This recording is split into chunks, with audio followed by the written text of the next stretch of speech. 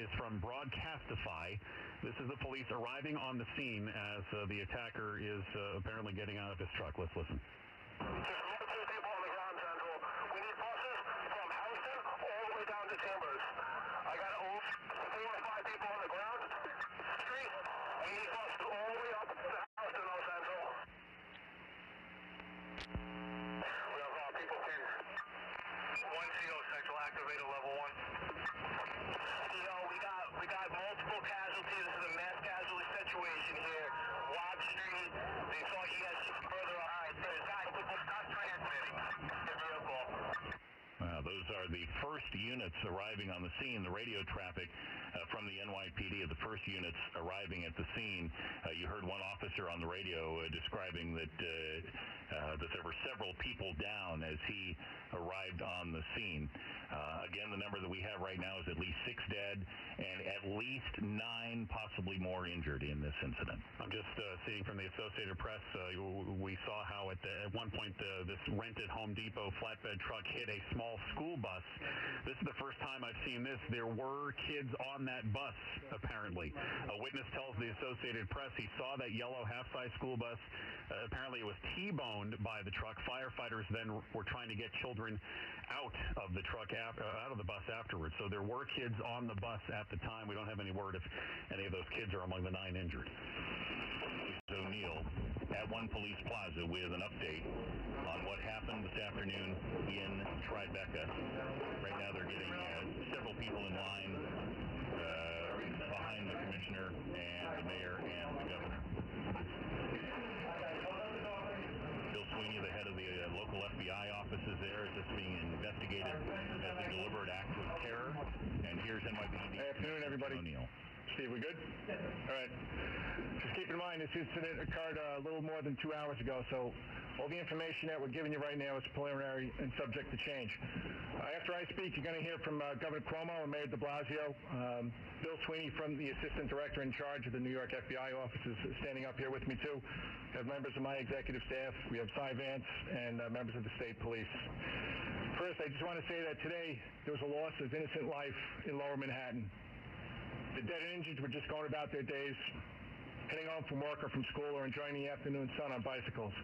This is a tragedy of the greatest magnitude for many people, for many families here in New York City and beyond today. I want to commend the response of our NYPD officer that was on post near the location who stopped the carnage moments after it began.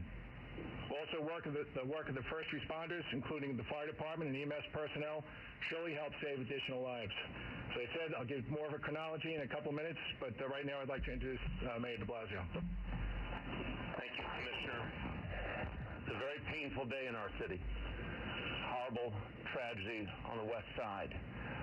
Let me be clear that based on the information we have at this moment, this was an act of terror, and a particularly cowardly act of terror aimed at innocent civilians, aimed at people going about their lives who had no idea of what was about to hit them. We, at this moment, based on the information we have, we know of 8 innocent people who have lost their lives and over a dozen more injured. We know that this action was intended to break our spirit. But we also know New Yorkers are strong, New Yorkers are resilient, and our spirit will never be moved by an act of violence, an act meant to intimidate us. We have been tested before as a city very near the site of today's tragedy, and New Yorkers do not give in the face of these kinds of actions. We'll respond as we always do. We will be undeterred.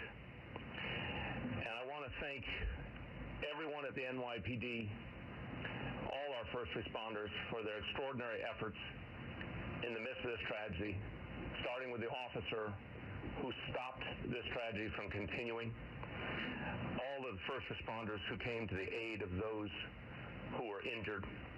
Investigation is underway to get all the facts, and what we'll tell you today, of course, will be preliminary. But we know we will get down to the bottom of what happened. I want to ask all New Yorkers, all Americans, to keep the families of those lost in your thoughts and prayers. They will need our support. And I want to ask all New Yorkers to be vigilant. We know it's Halloween night, and we know in the days ahead people will be uneasy. We ask all New Yorkers to live by the idea, if you see something, say something, tell an officer immediately. If you see anything unusual, anything that worries you, be vigilant, and know that there will be extensive additional employments of NYPD officers this evening and throughout the days ahead. We will also keep you posted as this investigation continues and as the NYPD gains more information. Governor Cuomo. Thank you. First, our thoughts and prayers are with those New Yorkers who we lost today. It reminds us all how precious life is. They left the house this morning. They were enjoying the beautiful west side of Manhattan on a beautiful fall day, and they're not going to be returning home. And that shock and that pain is going to be very real. And our thoughts and our prayers are with all of them. Our first responders did an extraordinary job. The NYPD, the FDNY, the FBI, the New York State Police, EMS. We have the finest security on the globe. And to see them in action today proved that once again. The new terrorist tactics, which they've called for publicly, are these lone wolves who commit an act of terror. This is all very preliminary. It's only been a couple of hours, but at this point there's no evidence to suggest a wider plot or a wider scheme. But the actions of one individual who meant to cause pain and harm and probably death and the resulting terror. And that was the purpose. We will be vigilant. More police everywhere. You'll see them in the airports. You'll see them in the tunnels.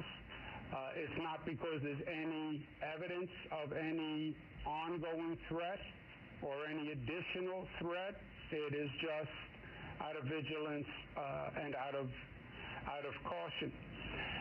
And the truth is, New York is an international symbol of freedom and democracy.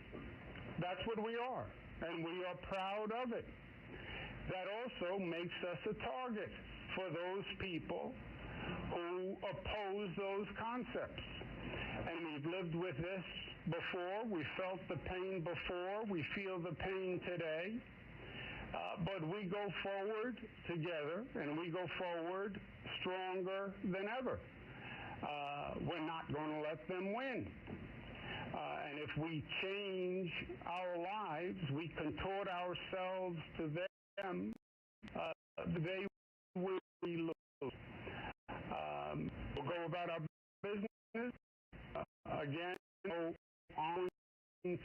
there's evidence at this time, so there's no to have any undue anxiety.